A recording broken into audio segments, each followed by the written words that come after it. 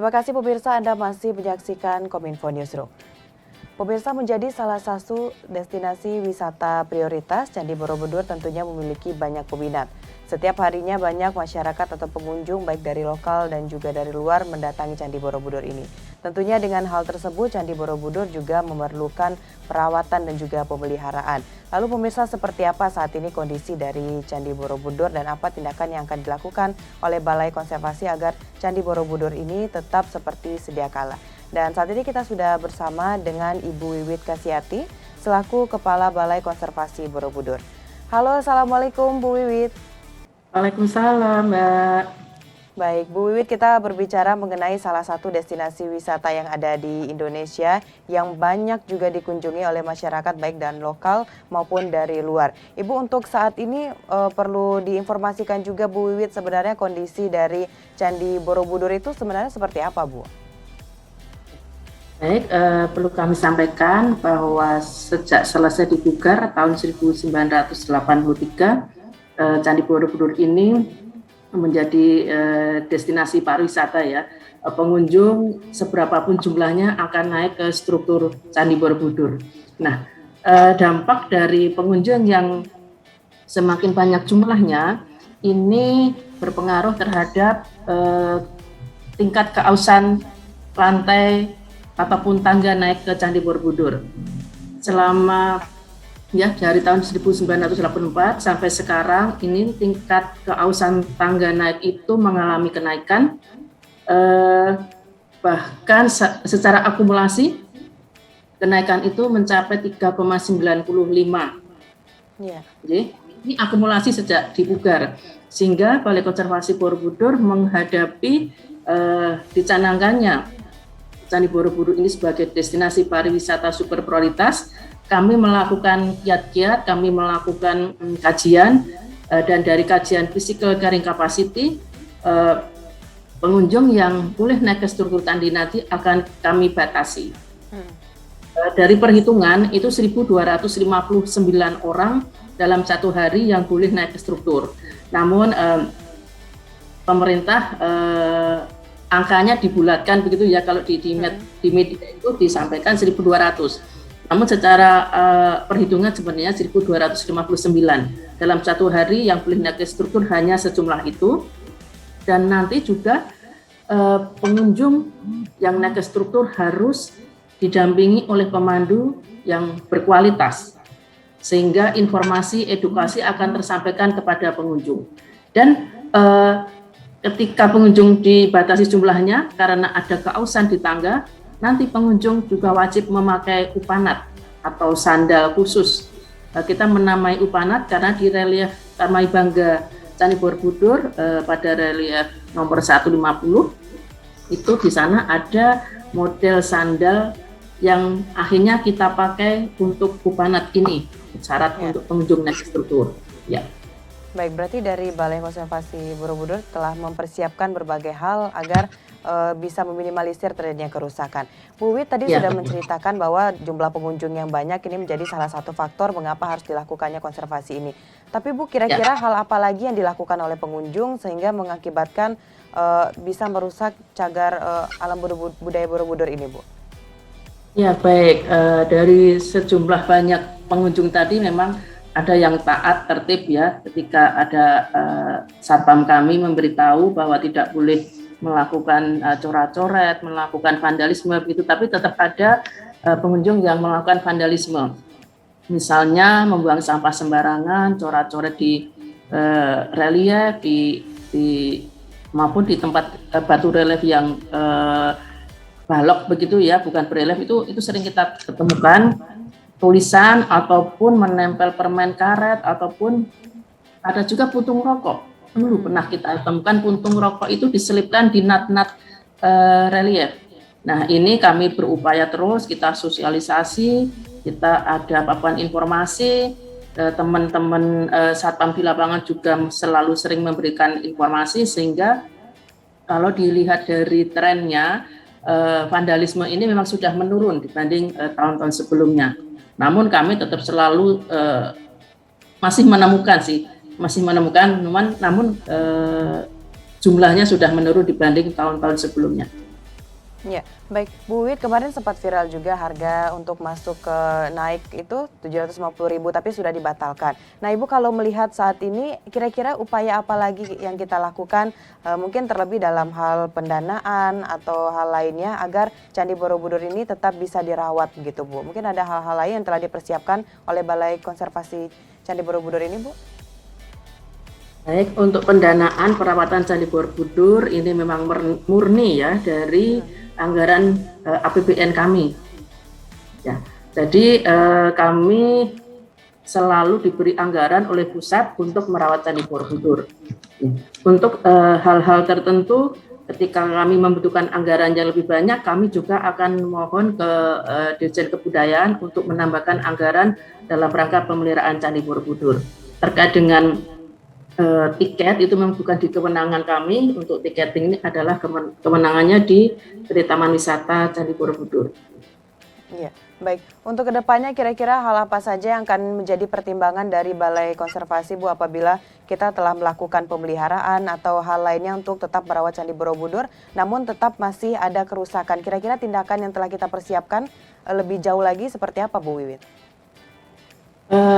Balai Konservasi Borobudur ini diberi mandat oleh UNESCO sebagai site manager, sehingga kami selalu melakukan kegiatan untuk menjaga keterawatan Candi Borobudur, karena memang site manager ini berat tanggung jawab kami, sehingga kami selalu melakukan kegiatan seperti kegiatan monitoring dan evaluasi keterawatan batu candi.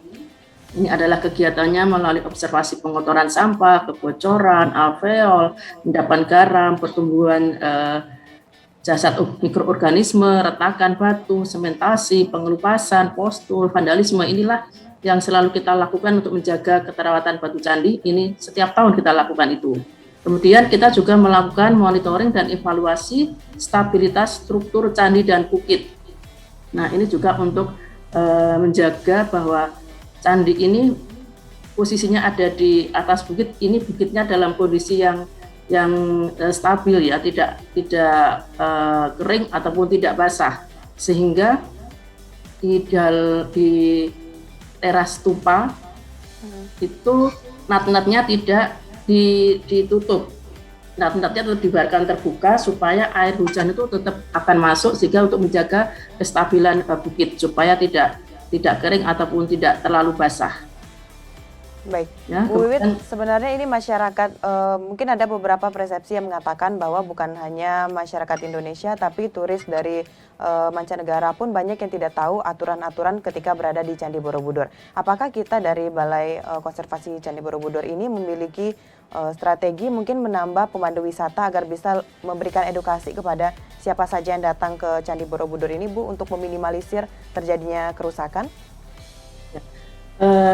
Seperti yang saya sampaikan tadi, nanti ketika Candi Borobudur nanti diresmikan oleh pemerintah Indonesia, oleh Presiden Pak Jokowi, itu kami sudah mempunyai konsep bahwa pengunjung yang terbatas jumlahnya naik ke struktur itu harus didampingi oleh pemandu berkualitas. Sehingga pemandu berkualitas ini juga mereka harus bersertifikat. Sertifikat tidak hanya dikeluarkan oleh Kemenparekraf, tapi juga dikeluarkan oleh direktorat kami, Pembinaan Tenaga dan Lembaga Kebudayaan.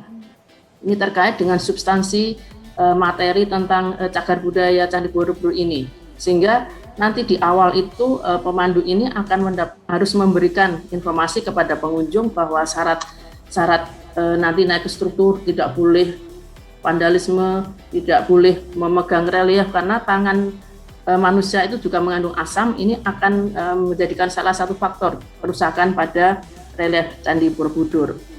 Dan juga nilai-nilai penting OUV, Outstanding Universal Value ini yang dimiliki Candi Borobudur ini harus juga disampaikan oleh pemandu supaya masyarakat tahu bahwa Candi Borobudur ini adalah warisan dunia yang memiliki OUV penting yang harus kita jaga sampai kapanpun ya, sampai ke anak cucu kita, sehingga candi ini bisa terwariskan kepada generasi mendatang.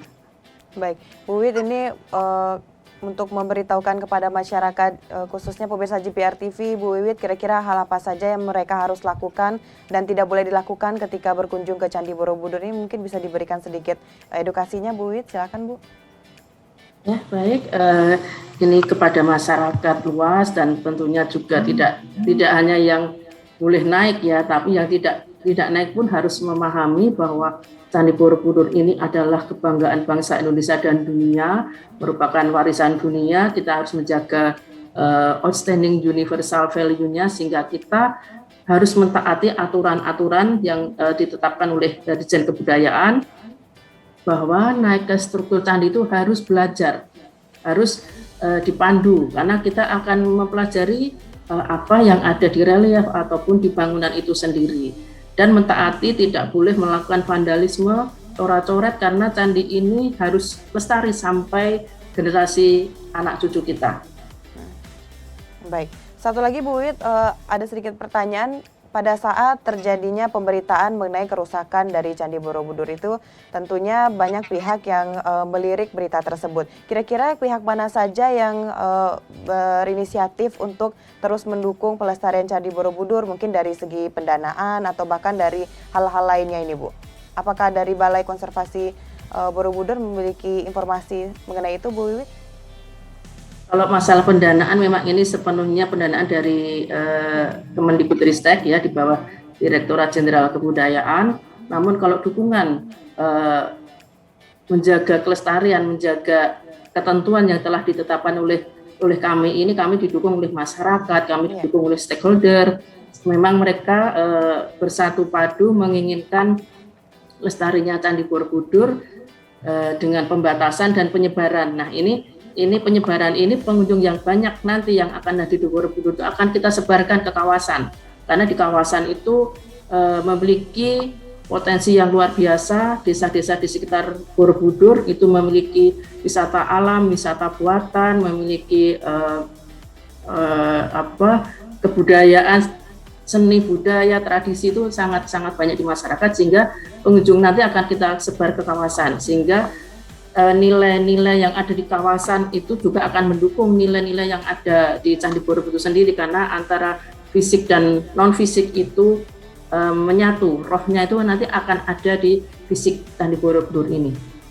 Baik, tentunya kita harapkan di sini Balai Konservasi Borobudur terus melakukan pemeliharaan dan juga edukasi kepada masyarakat wisatawan yang datang, sehingga Candi Borobudur ini tetap menjadi destinasi prioritas yang ada di Indonesia. Baik Bu Wiwit, terima kasih Ibu telah memberikan informasi dan juga edukasinya kepada pemirsa GPR TV mengenai bersama merawat Borobudur. Terima kasih sekali lagi Bu Wiwit. Assalamualaikum Terima kasih Ibu. kembali. Waalaikumsalam. Baik pemirsa, itulah dialog kita bersama dengan Kepala Balai Konservasi Borobudur, Ibu Wiwit Kasyati. Setelah jeda pariwara, kami akan kembali dengan berbagai informasi lainnya. Tetaplah bersama Kominfo Newsroom.